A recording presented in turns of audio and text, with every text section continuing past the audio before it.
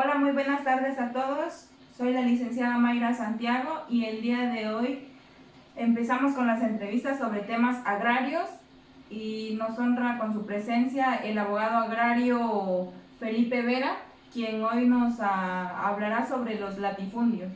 Y bueno, sin más preámbulo, empecemos con la entrevista y nos gustaría que se presentara, abogado.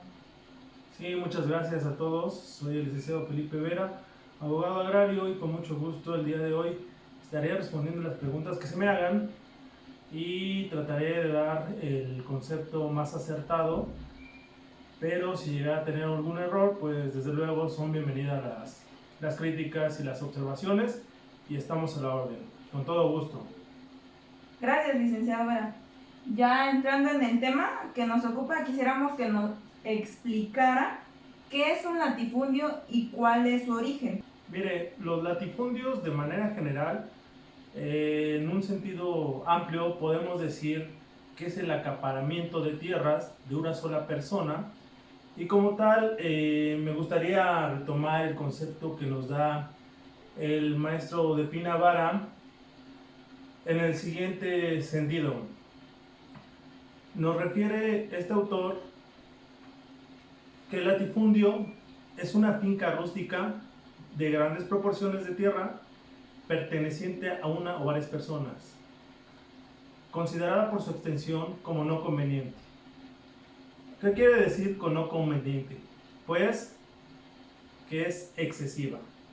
Y como tal, este problema tuvo su origen durante el periodo del Porfiriato, ya que de 1876 a 1990 se realizaron diversos actos tendientes a privar de sus tierras a los pueblos indígenas, lo cual conllevó al acaparamiento de tierras en pocas manos.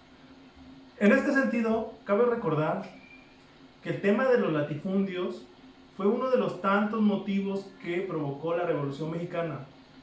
En ese contexto, el logro de dicho movimiento fue que se pudieran fraccionar dichos latifundios. Esto es así, ya que en su fase final de la Revolución, específicamente el 6 de enero de 1915, Venustiano Carranza emite un decreto mediante el cual se busca el fraccionamiento de los latifundios, así como la dotación de tierras a los pueblos que no tenían tierras y la restitución de las tierras a los pueblos que fueron despojados de sus tierras, lo que se conoce como la reforma agraria.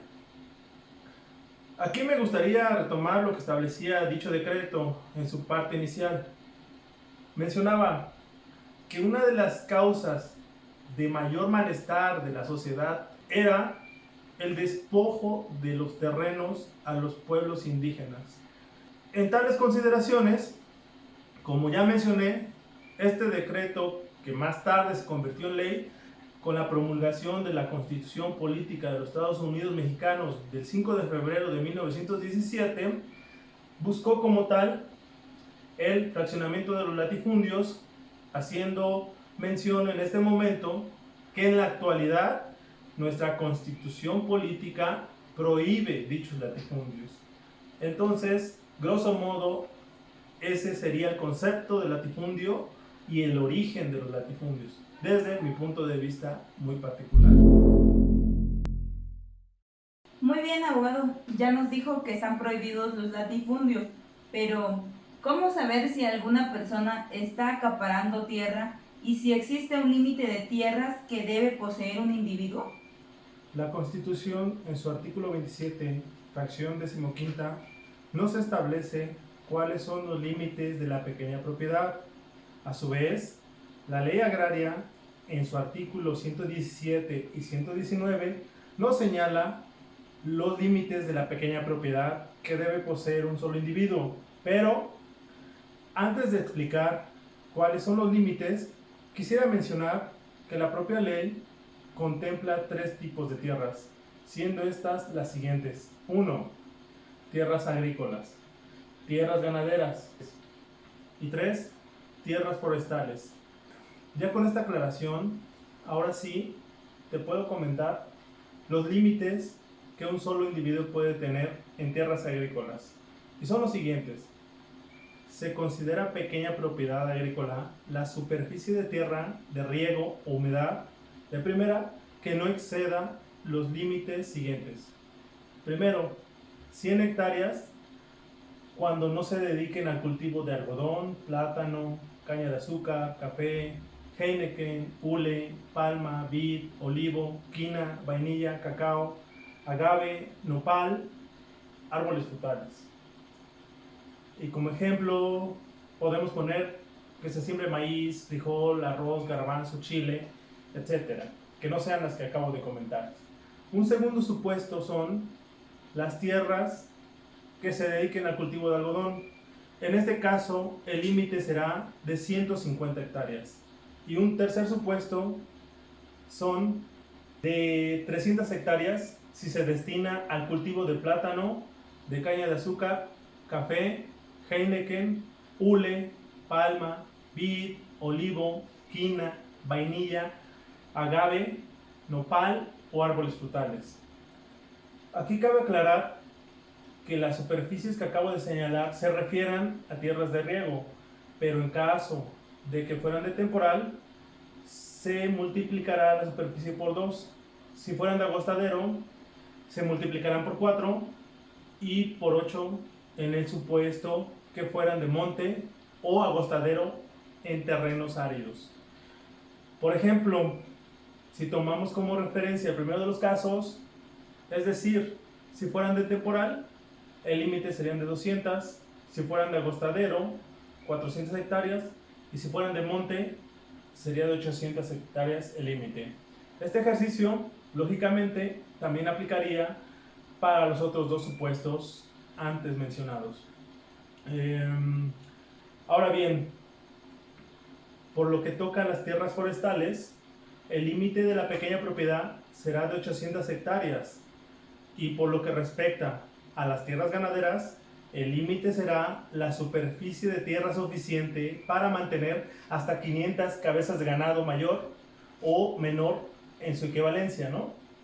También aquí se debe hacer la aclaración que para realizar la equivalencia de las superficies nos tenemos que ajustar a los lineamientos que publique la hoy llamada Secretaría de Agricultura y Desarrollo Rural, SADER, antes SAGAP.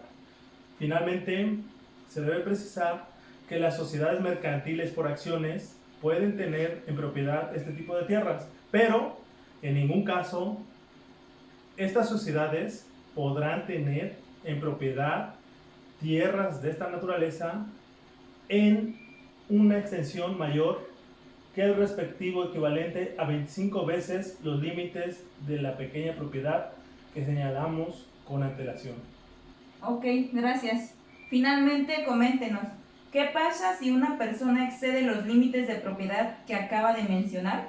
También es una buena pregunta. Miren, en el supuesto de que alguna persona exceda los límites de la pequeña propiedad que se acaban de mencionar, lógicamente dichos excedentes deben de ser enajenados, es decir, se debe de realizar el fraccionamiento del latifundio. Por cuestiones de tiempo, solo mencionaré que dichos lineamientos se encuentran contenidos en el reglamento de la Ley Agraria en materia de ordenamiento de la propiedad rural, el cual de manera clara nos explica los procedimientos y plazos en los que se debe llevar a cabo dicha actividad. Siendo importante mencionar también que la Secretaría, la SEDATU, la Procuraduría Agraria y el Registro Agrario Nacional, dentro del ámbito de sus competencias, deberán vigilar que no se rebasen los límites de la pequeña propiedad en los términos de los artículos 47, 117, 119, 120 de la Ley Agraria. Muy bien, pues por el tiempo que se nos terminó, sería todo por esta ocasión. Esperamos contar nuevamente con su participación en una nueva entrevista. ¿Y algo más que quisiera agregar? No, nada, muy agradecido con la invitación y solo pedirle que nos sigan en la página de Derecho Agrario en México, en Facebook y YouTube.